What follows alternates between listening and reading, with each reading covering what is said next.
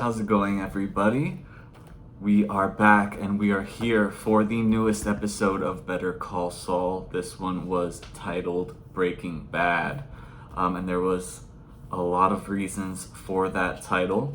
Let's just get right into it with our recap. In the beginning, we have a quick, the cold open is when Saul has been kidnapped in the Breaking Bad timeline by Jesse and Walt, and he is pleading. He thinks that the cartel has him. He doesn't know what's going on, but it's a nice tease for what comes later.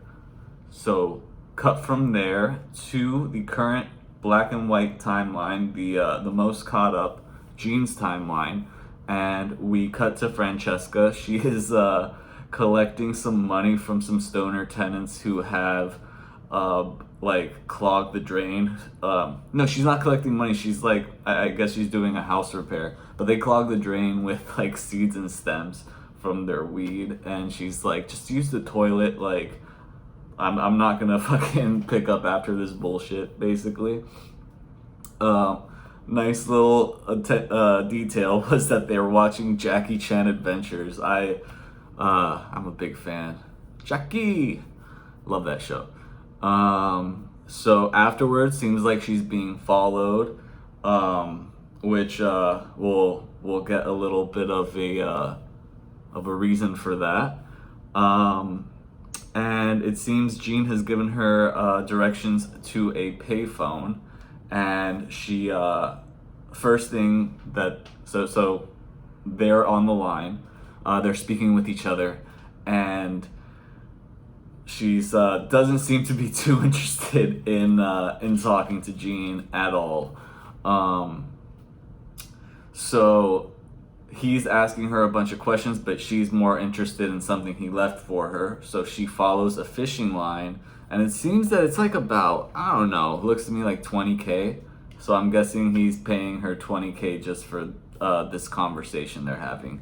And he basically just wants to be filled in on everything that's happening, if Albuquerque is a hot place to go to. And yeah, it seems it is. She is, to this day, still being followed. The feds are after everything. They've taken over a bunch of the accounts that they've uncovered all the shell corporations that Gene was using or that Saul was using, better said, to hide all the money. We find out that Skylar copped a deal. Jesse is still at large, and Francesca had to give up. Apparently, Saul had 850 grand stashed that he thought, oh, that's safe, but Francesca gave it up to the feds. So no information on Kubi when Saul asks. So no Bill Burr, but Huel is back in New Orleans. The charges that they tried to bring him up on did not stick, so at least we know Huel's all right. Huel's always gonna be kicking. I don't know who Danny or Ira was. I'm not sure. Bill Oakley has become a defense attorney, and Francesca has spoken to Kim. Apparently, Kim called after everything went down, and she asked about Saul. And this seemed to really light up, it seemed to do something for Gene. So Gene drives off, goes to a crossroads, and decides to call Kim Wexler over in Florida. Seems that she's working for a company called Palm Coast Sprinklers in Titusville. So he calls, but we don't hear the conversation, but you can tell it didn't go well because Gene smashes the phone booth afterwards. There's some yelling involved, but we can't even tell if he's even reached. Could be that she didn't even want to talk to him. So cut back to Cinnabon, and then Jeffy's back. This storyline has not concluded, even though it seemed like things were nice and wrapped up at the end of last episode. That was all a setup for what came in this episode, which was kind of a crazy scheme. And listen, I'm gonna go through what I think of it towards the end because this got a little insane. So Carol Burnett, I didn't mention that she plays Jeff's mom, and Gene is there when Jeff shows up, showing her like cat videos, and apparently Jeff starts freaking out because he doesn't know if Gene is like upset that he bought her this computer or whatever. He's like, it was a small purchase, it was on sale, or he said some shit like that. But Gene doesn't give a shit. He's like, no, it's good that you did that. I need to know about your hours. He kind of takes them aside. He's like, let me take a look at the car, kind of like the garage thing that they were setting up the other time to throw off his mother. And he tells him to pick a certain hours and asks him if he knows how to get barbiturates because it seems like they are back in business with another scheme. So Gene has like some Walter vibes he's very reminiscent of Walter White, and Jeff is falling more into like a Jesse role here. You can see the parallels that are being formed between this timeline and the Breaking Bad timeline. We cut to Gene singing karaoke, and honestly, he gives his new persona's name is Victor. I don't know if we should start calling him Victor now, but I'm gonna keep saying Gene, at least for the time being. I wonder if there's gonna be if that's an ironic name. But he's singing Brandy, talking Brandy at karaoke. He's lost a bet to this guy who they are conning. They're pretending to get drunk, but meanwhile he's like sucking all the alcohol in through his sleeve, like through this little tube device, and the other dude actually is getting wasted. And this is how like they set up their con. So what they do, it took me, after the fact, it's harder to like kind of go by like when we realize exactly what's happening. But basically, here I write, this is all going too well. And it continues to go pretty well for a lot longer than I anticipated. Because I'm still trying to figure out the plan at this point. But basically, Jeff's friend puts some duct tape on the hinge of this dude's door so he's like, Gene is playing the sucker, and luring this guy into a scam, and gets him super drunk, and then when they go to get a cab, it's Jeff who picks the dude up. Then Jeff gives the Mark like some water that's laced with barbiturates so that like he passes out, helps him to the door, and then on his way in puts some duct tape on the hinge, making it easy to get back inside. This is when Jeff's friend, walking his dog, pretends to be walking his dog. This dog is very well behaved, by the way. And I can't help but think that like some dog hair could get left behind with this scheme. That's like a little bit I don't know. I don't know if that's the best plan, but whatever. Walking the dog, that's the cover. He goes in. The guy is completely passed out due to the drugs. And he went through ID, credit card. He lays them all out, takes pictures, puts everything back the way it was. Bank statements, everything. They basically just get all the info on these guys who have been pre-vetted, so they know that they have money. And then they're just running an identity theft scheme here. Here's where I write that Jeff might break bad here, because I don't know. Gene may not get betrayed, but this could go really badly. Yeah. I wrote, let's see how the dog behaves while I was watching. I was like, oh, surprisingly well. We cut to, and they find passwords and all that. Like, they're super thorough. They take the duct tape off. They leave everything like exactly as it was. It's a pretty well laid out plan. Cut to the Breaking Bad timeline. Saul puts everything together pretty quickly with Walter and Jesse, who we finally get. This was the episode they came back to film for, and they're trying to keep him in the dark. Walter's saying no details, but Saul has no trouble putting everything together. Like, oh, you guys are the ones putting out the blue stuff, huh? And then Jesse asks about Lalo, and he's like, it's nobody, but you know, he kind of brings back bad memories, I guess. So we drive away from the empty grave. That was like that scenario that Walt and Jesse had put Saul into, like trying to scare him.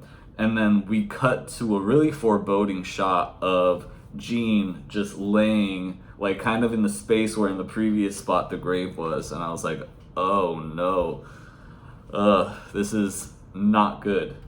My theory from the last review might be we might be seeing a downfall, and Gene might not even make it to the end of this. So everything's going really well, maybe a little too well. They're making a lot of money. They are pulling this con, again and again. And he's meanwhile Gene's still working at Cinnabon, keeping up his cover and all that, but he's kind of going back to his old ways. With the ladies. He's ordered a foot massager thing that will be relevant later, because we'll have another return, from like 2 episodes ago, but still, we weren't sure if we were going to see Mike again. So yeah, they con a bunch of people, and this new target that we actually focus on, because it's kind of like a music montage. Oh, and I want to make a note of like whenever they were going through the first guy stuff, between the black and white and like this, kind of jazzy noir music that they have playing. It was really well done. I loved watching that. It gave like some old school vibes that I was really feeling. So the new target has cancer, and at some point he says this statement, like, because even Gene for a second seems a little like, oh shit, but he's like, you know what, we only go around once. And then Gene's like, you know what, I'm still gonna go through with this. And meanwhile I'm thinking, oh shit, this guy might die or something, because like he's taking all these pills, maybe they're not gonna work together. But before we get to the conclusion of that, Mike shows up in the Breaking Bad timeline. Saul's using this foot massager thing that he's gotten himself one in the Gene timeline as well, which is kind of like him slipping back into the old, into these bad decisions. And he's doing PI work for Saul. He's running like a bunch of backgrounds, and Saul asks, what about Heisenberg? And he wants the lowdown on Walter White, and Mike has all the information. He has where he works, who he is, that he has cancer, but Mike calls him an amateur and compares him to like a Betamax, like, yo, don't put your money behind this guy. It's a bad idea. And ultimately, Mike is right. So he doesn't make Mike's cut, and we cut back to the Gene timeline.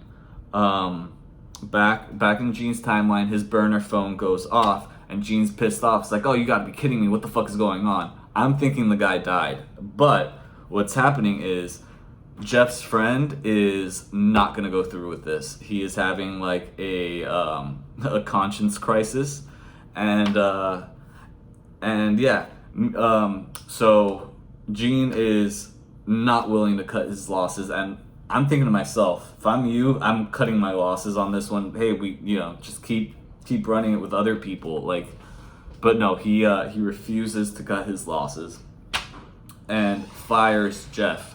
So he fires Jeff, and he's like, give me 20 minutes. And then we cut to the Breaking Bad timeline. Saul is at Walter's school, and he's like walking up, right? And sorry guys, Saul is at Walter's school. He's walking up, and we cut to Gene breaking in, and this is kind of like juxtaposed together. Like, so he's making his bad decision, Saul is making his bad decision, and that is where we end the episode, with Gene breaking the window to get into this dude's house. And then I accidentally saw that little preview at the end that shows the cops. So this is not going to end well. That is the recap. How did I feel about this episode? I think this one was really good. Better than, definitely moved the plot forward a lot more than last week's episode. I think last week's episode is going to be a little polarizing. I loved it, but I also love the Fly episode from Breaking Bad. So I get why people don't like those types of episodes, but I think thematically and playing with like the show's overall like symbolism and archetypes, I think it was, and like entire arc, Saul's entire arc throughout the show was almost encapsulated in that last episode. So I really personally enjoyed it. I stick with my 9, but if that's a 9, then this is like a 9.75. We got Walter and Jesse. We got we got Mike. We got a bunch of answers to like an epilogue for Breaking Bad. We even got like, we didn't see Kim, but we got some Kim's information. And then we had this whole scheme where Gene is ultimately Breaking Bad. And I was a little like, now, I'm thinking about it, I don't think Jeff is going to break bad. I think Gene just is going to fall further and further down the hole, and he's going to get more desperate and do worse things. There's always the possibility that like Jeff is gonna fuck things up for Gene, or he's gonna get betrayed or something. But ultimately, I think, and this could be a red herring as well, but I think it's gonna be Carol Burnett who like ends up really messing everything up for Gene. That's my prediction. I cannot wait for next week's episode. Oh, I'm so excited. I hope you guys come back here afterwards to join the discussion with me. If you've watched this long, thank you so much. And please check me out on Twitch. I do gaming over there, and I live stream. You could, you can be in the chat and chat with me in real time.